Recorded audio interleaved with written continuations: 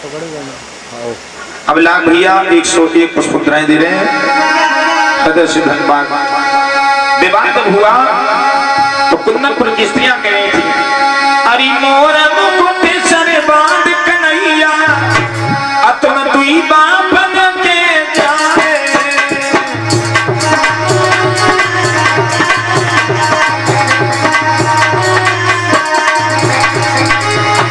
अरे मोर मुकुट सर बांध लला तुम दुई बापन के जाए।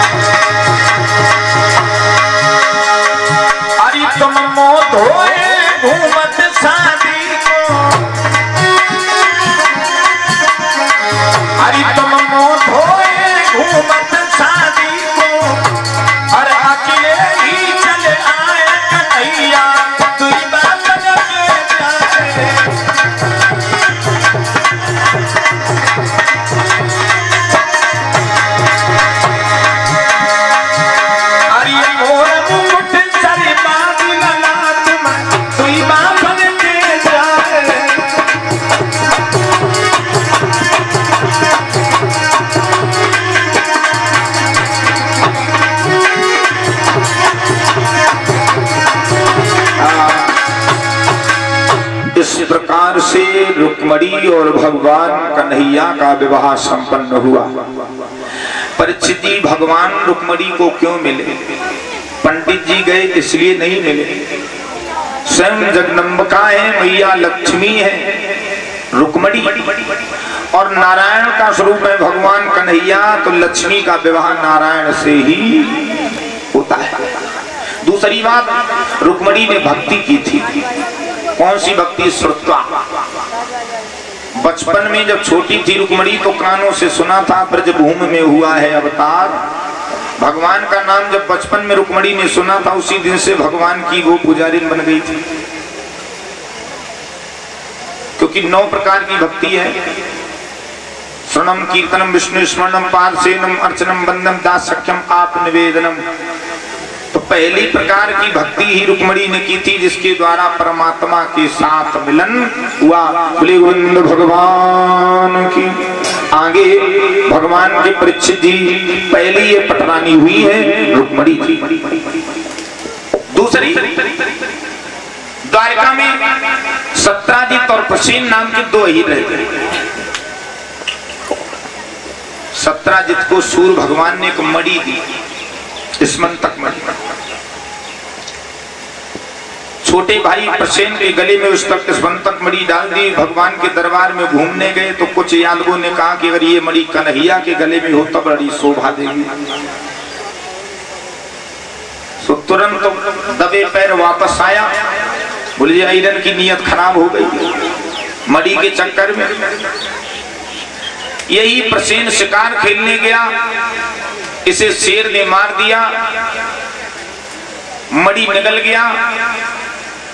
शेर से जामवंत का युद्ध हुआ। जामवंत उस मणि को लेकर के गए, बेटी जामवंती उसके गले में बांधी। और इधर पर द्वारका में ये खबर फैल गई कि कन्हैया ने मणि के पीछे प्रसेन का वध कर दिया। मणि चोरी का भगवान पर झूठा आप लोग लग गया। और ये बात फैली कैसे? परीक्षित जी अगर कोई बात फैलानी हो तो मत अखबार निकलवाओ, मत मीडिया बुलवाओ, 2-4 डोकरी को बताए दे, पूरे गांव में शाम लोग खबर हो जाएंगे। सत्राजित दुखी हो गया तो सत्राजित की पत्नी बोली, स्वामी जी पहले तो बड़े प्रसन्न थे, क्या बात, कोई बात हो गई क्या? तो अपनी पत्नी से कहा तुम किसी को बताना नहीं तो बताए। बोले तुम्हारी कसम कोई बात आज दिन तक काऊ को बताई हमने तुम्हारी बताई गई, तुम बताओ। बोले सुनो तुम्हारे देवर का वध ये कन्हैया ही ने करवाया मड़ी के पीछे। हाय दैया सवेरे उन्हें भाई 4 बजे उठ के कुआं में पहुंच गई। तो एक जल भरने को आई। बोली कहाँ भयो बड़ा जल्दी जिज्जी आ गई। बोली कहाँ बताएं बहन आज द्वारिका में नए नए काम होने लगे। कहाँ भो? बोले मड़ी के पीछे हमारे देवर को मरवाए दो कन्हैया ने। और बाउटी दूसरे के घर में पहुंच गई। बोली बहना तेरू लला हमारे माचिस उठाए लाए तो कहाँ है माचिस? तो बोली बहना माचिस को तो बहाना है, द्वारिका में नए नए काम होने लगे। कन्हैया ने मड़ी के पीछे प्रसेन को मरवा दिया। सारे द्वारका में हल्ला हो गया कि कन्हैया ने ही मरवाया है। इसलिए याद रखें भाइयों, अपने घर के झंझट में और कोई पंच बुलाना ठीक नहीं। नशे बाज कहूं पी के कुटे तो उसे बचाना ठीक नहीं।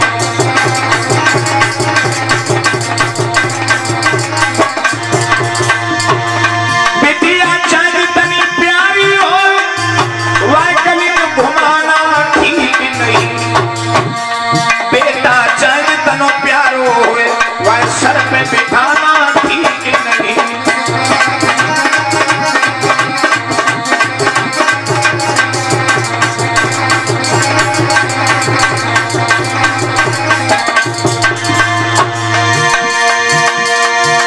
हर मैया चैन तन प्यार नहीं होए, पर दिल से भुलाना ठीक नहीं। पत्नी चाहे तनी प्यारी होए, पर भेद बताना ठीक नहीं।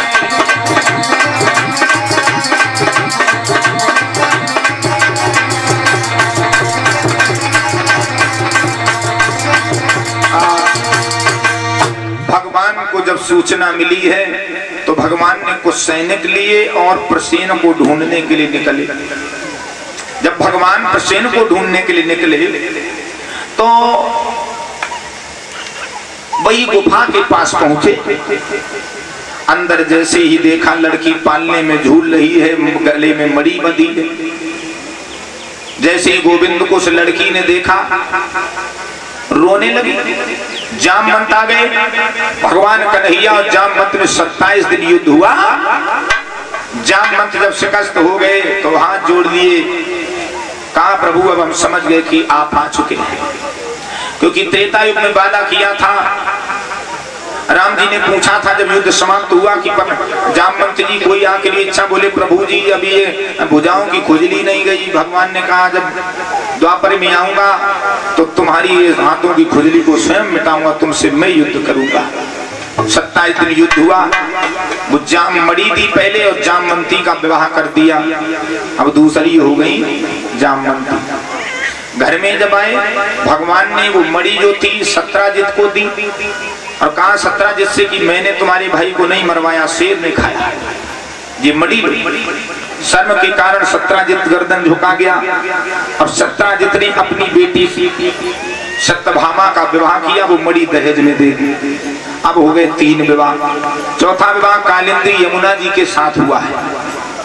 यमुना जी भी भगवान कन्हैया की पत्नी है। चौथा विवाह हुआ है उज्जैन की राजा बिंदसेन की पुत्री मित्रविंदा। 5वां विवाह। 6वां विवाह हुआ है अवध की राजा वसुमनाथ की पुत्री सत्या। 7वां विवाह शीलभद्रा के साथ। और परीक्षित जी 8वां विवाह वैसे माना जाता है भद्रभूप की कन्या लक्ष्मणा के साथ 8 विवाह। 16,100 भौमासुर नाम का राक्षस जो गोपियों को बंदी बनाया था, भगवान ने परीक्षित जी उन्हें मुक्त करवाया तो 16,100 से विवाह हुआ। अब 16,108 हो गई। लेकिन आधा विवाह कुब्जा के साथ भी माना जाता है और राधा जी के साथ भी भगवान का विवाह हुआ। ऐसा गर्ग संहिता में प्रमाण है। ब्रह्मा जी ने भांडिल वन में वेद मंत्रों के उच्चारण से भगवान कन्हैया और राधा जी का विवाह करवाया है।